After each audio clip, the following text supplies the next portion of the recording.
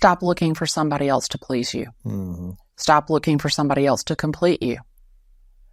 And stop looking for somebody else to give you a life that you can make yourself. Wow. And I will tell you, don't look back with regret. Look forward with reflection. Mm-hmm. Because you're in business.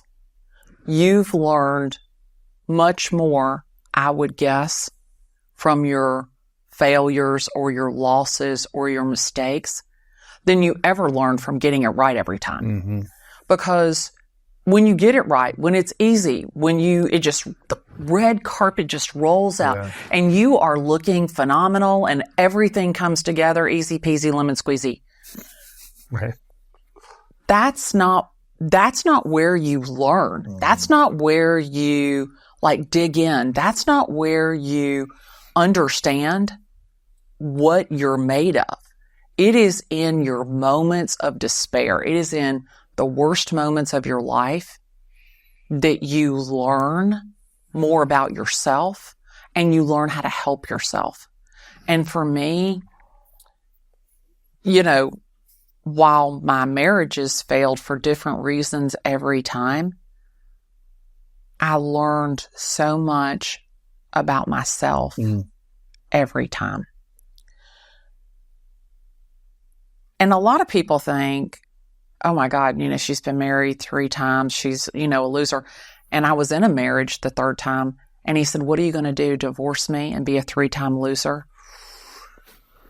Who's going to want you? You'll be a 3-time loser. Oh, man.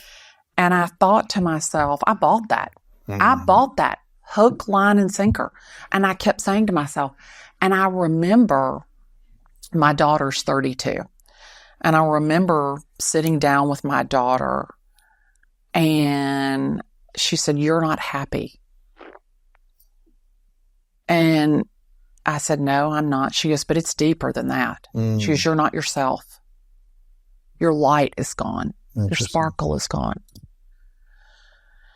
And I said to her, I will never forget this as long as I live. I said, Victoria, I'm 52 years old. I have less life to live than I have lived. Who is going to want me at this point? Wow. Why not just ride out the rest of the years? I'm not in an abusive situation. No, I'm not the happiest person in the world. But, I have a good life. I have a normal life. Everything's going to be fine. And I never will forget. She looked at me and she goes, that is a sad way to live. Wow. And I just remember thinking to myself, this is my little daughter. And she sees me that I'm going to give up. She sees I'm going to give up in that moment. And she told me, she goes, your life is not half over. The best years of your life are in front of you. You're doing so great and you're not drinking and you're pulling everything together. You're stronger now than you've ever been. That's true. And it was those words when she said that to me and me thinking to myself, I'm giving up on me. How can I expect anybody else to believe in me? And so I look back on every single one of those losses.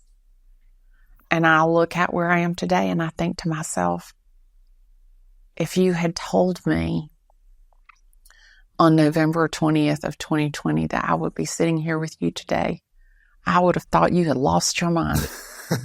I would have thought, I talk about my life from my heart, unapologetically. Mm-hmm. You asked me, you said, is there anything off limits? No, because I don't know what piece of my life or what part of my story might help somebody else. And so I want to be as transparent as I can, because I know that there's somebody out there whose mate is saying mean things to them, or who's not doing good in their business, or whose children are waiting for them to stand up and be Wonder Woman. And I want to be the inspiration to that for them. Wow, that's beautiful. Wow. I'm curious what you've learned about money and marriage.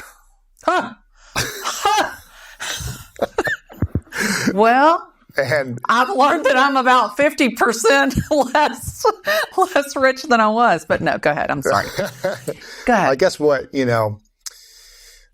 women today are making way more money than they were making 20, 30, 50, 100 years ago, obviously, right? And absolutely. We've had a lot of different, financially free women on the show who say, 20 years ago, maybe I wouldn't have had a prenuptial agreement, but actually today I'm like, I would have one, stuff like that. Now that I'm making more than my male partner or some individuals.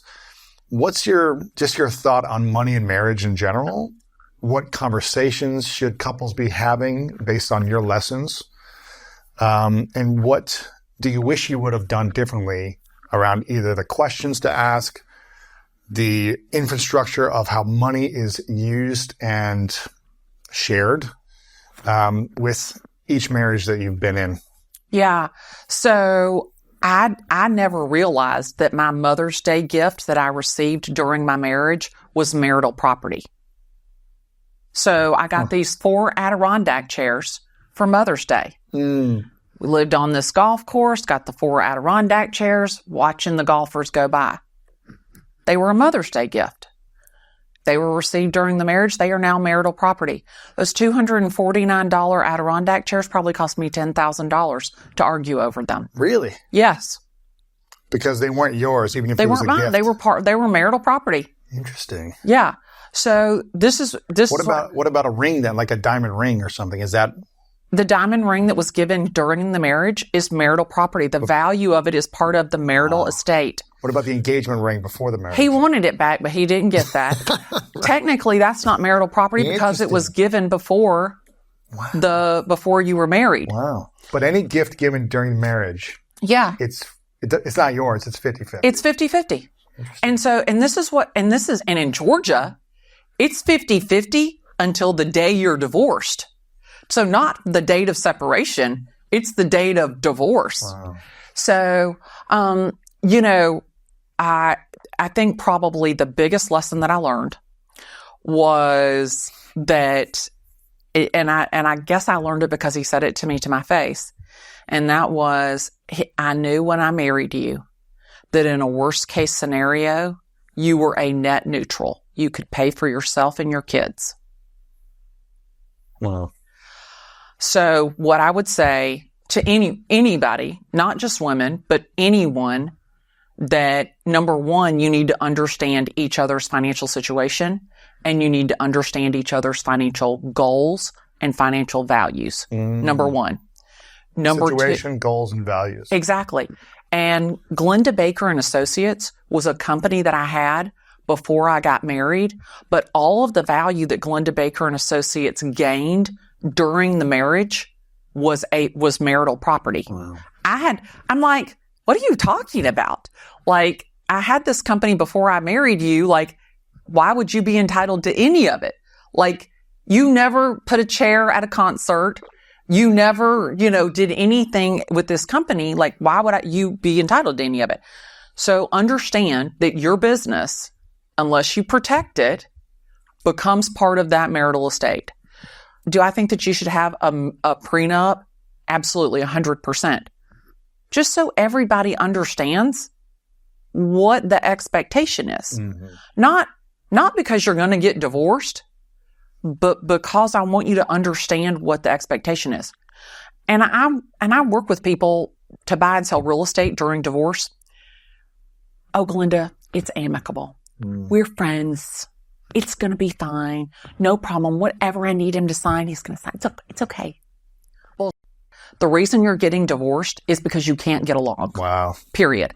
And when the next Mrs. whatever comes along, when he starts seeing her, any money that you're getting, any house that you're living in automatically is going to be a problem. And she's going to say, give me that money. Yeah. Why are you paying this tax? Yeah. Why is she living in the $2 million house? Oh, man. Because we're only living in this one. So, and I mean, that's the thing is like, it is money and relationships, money and marriage, money and friendships. If somebody wants to borrow money from you, just give them the money. If you can't just give it to them. I've learned that the hard way many times. Or just don't give it to them and say, hey, I don't give money away to friends. Yeah, exactly. I'll help you in some other way. But yeah. I'm here to, you have to be prepared that any money that you make or any money that you loan, you might as well write it off. Yeah. I don't have certain relationships anymore based on giving people money that made promises that never filled it and paid it back. And I'm just like, how can I trust you if you made this promise? Now, if I said, I'm going to give this to you and you don't have to pay it back, then cool. Yeah. And whatever you do with it, you go right ahead and do with it. Oh, I need this money for this. And then you see them here and they're not spending. You're thinking, wait, they didn't have money for this, but now why they're are you buying these concert tickets and paying for this thing or whatever? Yeah. So, but in marriage, whether you, and this is, you're young, you have no money. I mean, I married my high school sweetheart. We had no money. Right. Zero. -0. Would you still create a prenup if you both got young and absolutely, had nothing? 100%. Really? Because I think that everybody needs a blueprint for success. That's true. When it comes to money. And it's not necessarily like what you make is yours and what they make is theirs. It's not that. But understanding how you're going to allocate that money. Like, does he like to buy cars? Do you like to buy handbags? Does he like to buy houses? Do you like to buy handbags? It all goes back to where are your financial values? Right. And when you have children, and if you're bringing children into it, like I never ever will. I mean, I remember I had an ex-husband that tried to claim that my son's truck was a marital asset because I had given him my 2012 Toyota Highlander that was 5 years old to him when he turned 16 or 17 years old. And then he traded that to get his truck, and he claims the truck is a marital asset. Wow. And I'm like, are you kidding? And then his basketball goal that my kid got for Christmas, it's a marital asset. So people are mean with money. They're mean with money. Money makes people crazy.